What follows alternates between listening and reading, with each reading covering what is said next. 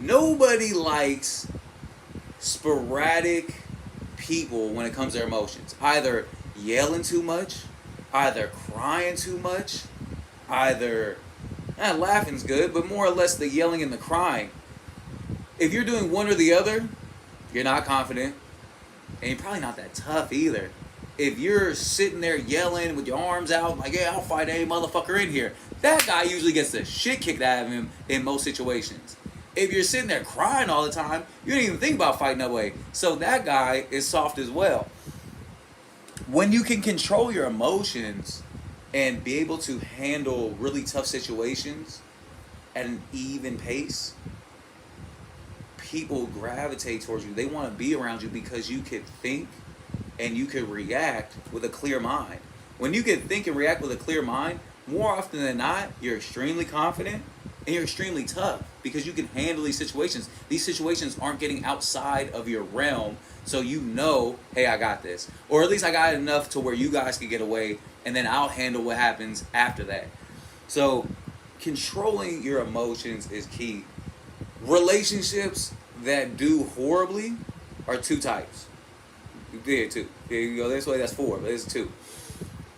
Number one, relationships where the both parties are yelling constantly, or one party is yelling constantly. If you're a man and you're constantly yelling at your kids, or you're constantly yelling at your wife, or you're constantly yelling at your family members, you're distancing the most important people in your life.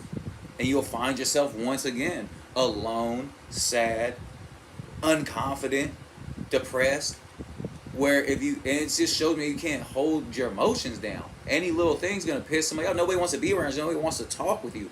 But if you could harness your aggression and use your words properly and only yell when you need to yell, because there are times where you need to yell. There are times where it boils up inside, and sometimes just getting it all out in a constructive manner where you also allow the other person to yell back at you, and you guys get that all out, and then just know how to step back, take a couple hours away from each other, take a day maybe away from each other, take a big deep breath, come back together and not yell again, and actually talk it out and have a conversation, then you're on the right track.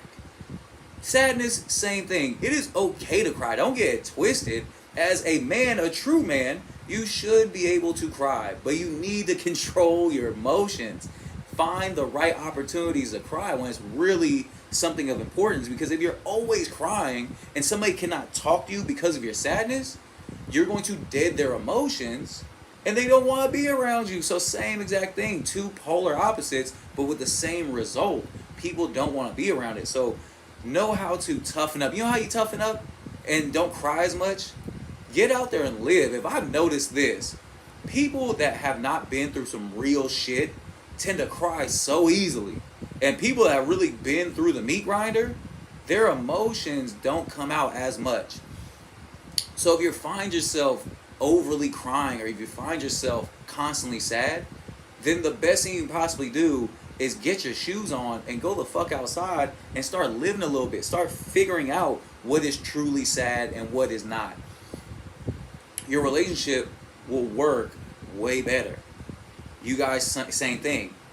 You can either cry together, take a couple hours, take a day off, come back together and talk it out, or you could cry, they could cry, you guys understand that this doesn't happen that often, they can console you, you can console them, and you can move on with your relationship. But too much is just never a good thing. So controlling your emotions